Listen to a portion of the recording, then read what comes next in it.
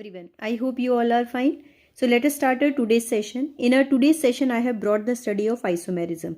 So you have to see here what I have written about the isomerism. The phenomena of existence of two or more compound possessing the same molecular formula but different properties is known as isomers. So these compounds are known as isomers and this phenomenon is to be known as isomerism. So you see the classification of isomerism which I have written. You have to understand. Isomers, that is of two types, structural and next is of stereoisomers. And structural isomerism, they have been divided into four main categories: chain, position, functional and metamerism. That all will be discussed one by one. Now, stereoisomers that have been divided into two categories. One is to be of geometrical and second is to be of optical.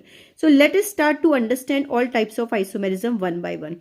So, here I have written first about the chain isomerism. Here the molecule, two or more compounds, those have the same molecular formula, but chain gets branched. Okay, so let us take the example for pentane. Suppose 5 carbons we are arranging in a straight chain like this: CH3, CH2, CH2, CH2 and CH3.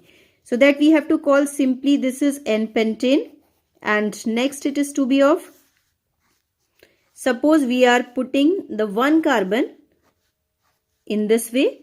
So this becomes the case for isopentane. This is of isopentane. And the next one we can branch more. So this becomes the neopentane. This we have to call neopentane. So if we will see in all the cases, all three isomers of pentanes, they are having the same molecular formula, and that molecular formula, it is to be of C5 and H12. If you will see in all these three cases, total 5 carbon and 12 hydrogens are to be there. So this was the explanation about the chain isomerism. So let us see about the next type of isomerism. This is of position isomerism. So in a simple language, we can say two or more compounds having the same molecular formula, but the position of double bond, triple bond or the functional group changes. So suppose I have taken here, this is one but, one ene. You can say this is CH3, CH and this is CH2. Or you can put there but 2 ene like this. This is CH3, CH and CH. So the position of double bond changes here. If you will see in both the cases, number of carbon and hydrogen remain same. That will be of C4 and hydrogen 10. 3, 4, 5, 6. C4H8. 8 hydrogens are to be there and 4 carbon. Let us take the one more example. Suppose we have taken butane 1-ol. And now here we can change the position of functional group alcohol, that we can put on the number 2. So this becomes the butane 2-ol. So if we will see the total number of carbon, hydrogen and oxygen, that remains same. This is to be of C4, hydrogen 3, 4, 5, 6, 7, 8, 9 and OH is to be there in both the cases. So here I am reminding once again, the position of double bond or triple bond or the functional group changes, but the molecular formula that remain same. Okay, let us see the another case. This is of functional isomerism. Two or more compound having the same molecular formula, but here the functional group changes. So here I am giving you the best example for this. Suppose you are having CH3, CH2 and CHO. This is aldehydic functional group. Okay, and that you can write in another way. This is of ketone. So if you will see in both the cases, total number of carbon C3, hydrogen H6 and 1 oxygen. C3, hydrogen 3, 4, 5 and 6. Again 3 carbon, 6 hydrogen and 1 oxygen.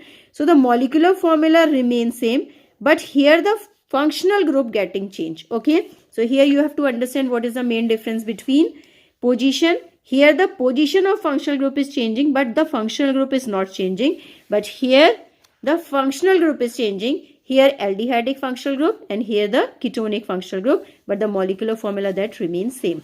Metamer it is a different type of isomer where the molecular formula remains same, but the arrangement of carbon around the functional group changes. So most probably this type of isomerism arises in terms of ethers and the amines. So let us take here. Suppose you will be having C2H5O and C2H5. This we have to call it, this is diethyl ether. Or we can write in this way CH3O, and here we can write C3H7. So it is to be of methyl propyl ether. Okay, so arrangement of carbon is getting different. Here we are having ethyl on both the side of oxygen, but here at one side we are having methyl, and on other side we are having propyl. So in the same way, that is to be done in terms of secondary amines also, C2H5NH and here C2H5NH. But here we can write there CH3, and this is NH, and this is C3H7. Okay, I hope you all have got it what is metamerism. So let us start the next. It is to be of stereoisomerism. So you see here what I have written about the stereoisomerism. Two or more compound having the same constituent and the sequence of covalent bond, but the differ in the relative position of their atom. So these are of two types. One is to be of geometrical and second is to be of optical. Geometrical, two or more compound having the same molecular formula. Again, the starting statement will remain same, but differ in the spatial arrangement of the groups around the double bond are known as geometrical isomerism. So here I have picked here the one example, CH2, Cl2, dichloromethane. So dichloromethane, that can be written in this way. Same prior term if we are writing on the same side. Cl we are writing on the same side. So this we have to call it, this is cis, or in the second we can write there, we can change their position. One Cl we are writing here and another we are writing here in this way, zigzag, and this is H. So this we have to call, this is the transform. So the geometry is getting changed, but the molecular formula that remains same. This is of geometrical isomer. Next is to be of optical isomer. This arises from the different arrangement of atoms or groups in 3D space, three-dimensional space, resulting in two different isomers which are mirror images of each other. If you will keep in front of the mirror, so mirror images we will get it. So one example I am taking for you, this is of lactic acid. So lactic acid, that can be written in this way. This the formula, this is CH3, one H and OH we are writing on the right side, and then COOH, 2-hydroxypropanoic acid. This is of lactic acid.